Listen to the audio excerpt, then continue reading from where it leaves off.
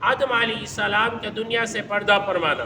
جب آدم علیہ السلام کا وقت آخر آیا تو آپ کو جتنے میوے کھانے کی خواہش ہوئی، اپنے فرزندوں سے کہا کہ کعبہ معظمہ جاؤ اور وہاں جا کر اللہ تعالیٰ سے دعا کرو، میری تمنا پوری کرے۔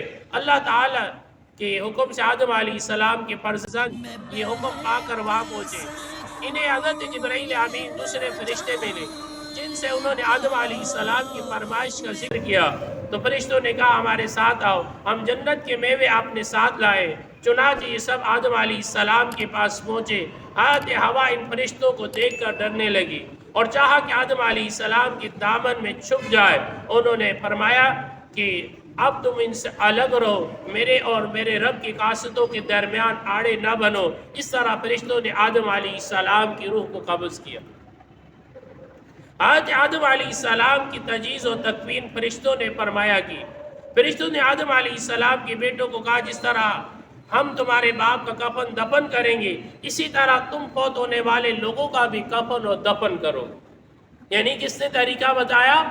اللہ تعالیٰ کے حکم سے فرشتوں نے آدم علیہ السلام کو، اور پھر فرمایا جبرائیل علیہ السلام جنت کے خوشبودار جنتی جوڑے کا کفن اور جنتی بیری کی کچھ پتے اپنے ساتھ لائے اور ان کو خود غسل دیا اور کفن پہنایا اور خوشبو بلی ملائکہ ان کا جسم مبارک کعبے میں لائے اور ان پر سارے فرشتوں نے نماز ادا کی۔ اللہ اکبر۔ اور پھر فرمایا جن میں سیدنا جبرائیل امین علیہ السلام امام تھے اور سارے فرشتے مقتدی تھے۔ پھر فرمایا اس نماز میں 4 تکبیریں کی جس طرح آج نماز جنازہ میں 4 تکبیریں کی جاتی۔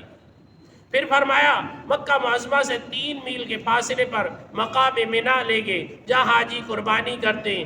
اس مقام پر جہاں ابراہیم علیہ السلام نے اسماعیل علیہ السلام کی قربانی پیش کی، وہاں مسجد خیف کے قریب بغلی قبر کھود کر حضرت آدم علیہ السلام کو وہاں دفن کیا اور ان کی قبر کو اونٹ کی کوہان کی طرح ڈھلان بنایا گیا۔